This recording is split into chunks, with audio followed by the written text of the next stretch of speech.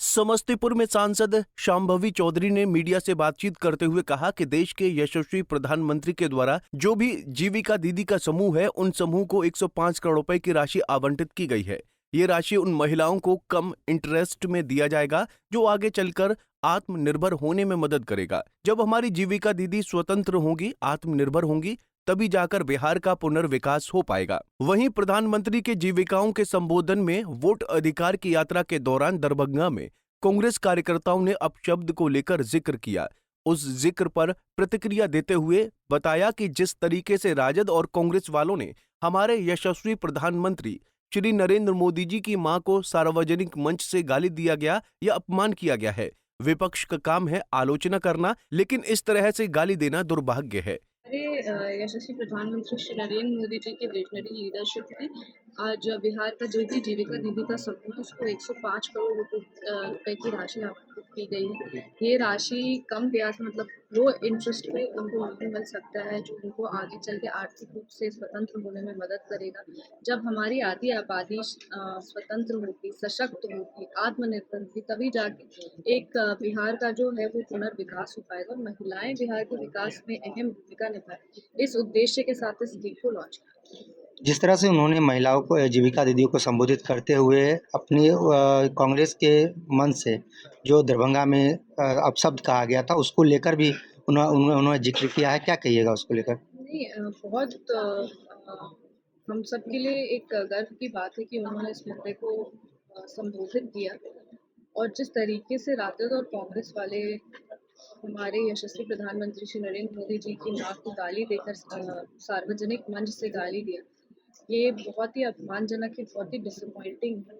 हमें लगता है कि हमारी भाषा में कई ऐसे शब्द हैं जिनका प्रयोग करके आप कड़ी निंदा कर सकते हैं। आप विपक्ष के हैं, आप आलोचना करिए, आपकी आलोचना हो, आपके क्वेश्चन हो, उसका जवाब देने के लिए सरकार है, हम लोग हैं, हम लोग करेंगे जवाब। पर इस तरीके से गाली देना ये बहुत ही शर्मनाक है और राजद और कांग्रेस की मेहरबानी से हमारे प्रधानमंत्री इस देश के प्रधानमंत्री हैं। ये विश्व का सबसे बड़ा लोकतंत्र है जिसके प्रधानमंत्री हमारे प्रधानमंत्री श्री नरेंद्र मोदी जी हैं। तो किसी की मेहरबानी से, किसी की दया से वो प्रधानमंत्री नहीं बने। उनको जनता ने चुन के भेजा है। तो ये कहीं ना कहीं सिर्फ हमारे प्रधानमंत्री की माँ का ही अपमान नहीं है, ये हर बेटी, हर महिला का अपमान है।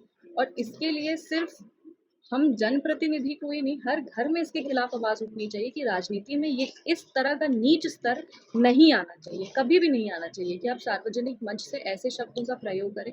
आप युवा पीढ़ी के लिए क्या सीख छोड़ के जा रहे हैं? जो युवा राजनीति में आने वाला है उनको कौन सा स्टैंडर्ड आप सेट करके दे रहे हैं? और अगर राजनीति में अब ये भी कॉमन हो जाएगा तो जो हर घर में बच्चे हैं वो क्या सीखेंगे, वो क्या सुनेंगे, वो क्या बोलेंगे आगे जाके? तो इसीलिए ये सारी चीज़ों के लिए हम लोग इसके खिलाफ हैं, इसके खिलाफ कड़ी आवाज़ उठाएंगे और राजद और कांग्रेस वालों को इस विधानसभा चुनाव में जिस तरीके से उन्होंने हमारी प्रधानमंत्री की मां को अपमानित किया है, इसका उनको करारा जवाब मिलेगा। वहीं राहुल गांधी पर कटाक्ष करते हुए कहा कि वोटर अधिकार यात्रा निकाल रहे हैं और बिहार को जिसने अपमानित किया उसे भाड़े पर बिहार में बुला रहे हैं। अधिकार यात्रा से ज्यादा ये बिहार का अपमान हो गया। जिस यात्रा पर राहुल गांधी निकले थे, उन्होंने बिहार के विकास को अपनी आंखों से देखा है। नहीं, वो चुनावी मुद्दा नहीं बन पाएगा और ना ही वो चुनावी मुद्दा है। वोटर अधिकार यात्रा वो निकाल रहे थे, वो तो पहले ही हम लोग कह रहे हैं कि वोटर अधिकार यात्रा निकालें। अगर आपको आपत्ति है तो आप एफिडेविट लेके अपनी कंप्लेंट को फाइल करिए ना। आप एक कॉन्स्टिट्यूशनल बॉडी है, एक इंडिपेंडेंट कॉन्स्टिट्यूशनल बॉडी है, उस पर आप इतने गंभीर और कड़े आरोप लगा रहे हैं। कॉन्स्टिट्यूशनल बॉडी कह रहा है कि हम आपके आरोप को एड्रेस करने को तैयार हैं, आप हमको फॉर्मल फॉर्मेट में आप हमको अपना कंप्लेंट रजिस्टर करके दीजिए, पर आप वो नहीं कर रहे हैं। आप वोटर अधिकार यात्रा निकाल रहे हैं, वोटर अधिकार यात्रा निकाल रहे हैं और बिहार को जिसने अपमानित किया है, बिहार के बाहर के नेता को आप भाड़े पे बुला रहे हैं यहाँ पे भाषण देने के लिए। ये सिर्फ और सिर्फ वोटर अधिकार से ज़्यादा ये बिहारियों का अपमान हो गया इस पूरे इनके यात्रा में। और जिस यात्रा पे वो निकले थे उनको कम से कम हमको ये बात का खुशी है कि राहुल गांधी जी पूरा बिहार घूमे और हमारे माननीय मुख्यमंत्री श्री नीतीश कुमार जी के नेतृत्व में जो विकास हुआ है उसको वो अपनी आँख से देख पाए। क्योंकि जिस तरीके से ये बिहार और बिहार वासियों को अपमानित करने वाले लोगों को बिहार में लेकर के आए हैं, बिहारियों को इसका करारा जवाब देना पड़ेगा। जो बिहार के DNA के बारे में बोले आप उनको लेकर के आए। हिंदी भाषी बेल्ट में आप बुला बुला करके नेता को तमिल में भाषण आप दिलवा रहे हैं। ये आप क्या स्थापित करना चाह रहे हैं कि बिहारी नेता जो हैं वो सशक्त नहीं है। आप क्या ये स्थापित करना चाह रहे हैं कि बिहार में वो कैपेसिटी नहीं है कि आपको बाहर से नेता लोग को बुला करके जो बिहारियों का अपमान किए उनको आप यहाँ पर बुलाए हैं। और वोटर अधिकार यात्रा भी आप वहीं लेकर के गए हैं जिसको एक पर्टिकुलर बेल्ट में ही आप अपना वोटर यात्रा निकालें। अगर आपको इतना ही कॉन्फिडेंस था अपने यात्रा पे, इतना ही कॉन्फिडेंस था, तो आप एनडीए की तरफ आप क्यों नहीं अपनी यात्रा को निकालें? आप उस सारे एरियाज़ में, उसी सारे बेल्ट में आप घूमें जहाँ पे 2-4 वोट आपके हैं।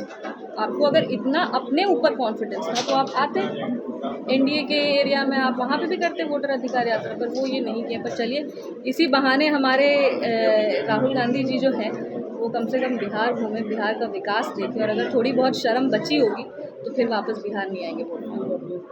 वहीं वोटर अधिकार यात्रा पर सांसद ने कहा कि वोटर अधिकार यात्रा वहीं लेकर गए हैं जहां आपके वोट हैं। अगर आपको इतना ही कॉन्फिडेंस था तो एनडीए की तरफ क्यों नहीं यात्रा निकाली गई? आप वहीं गए जहां 2-4 वोट आपके हैं। राहुल गांधी बिहार आए, विकास देखा। अगर थोड़ी बहुत शर्म बची है राहुल गांधी में तो अब बिहार नहीं आएंगे। समस्तीपुर से राजकिशोर की रिपोर्ट।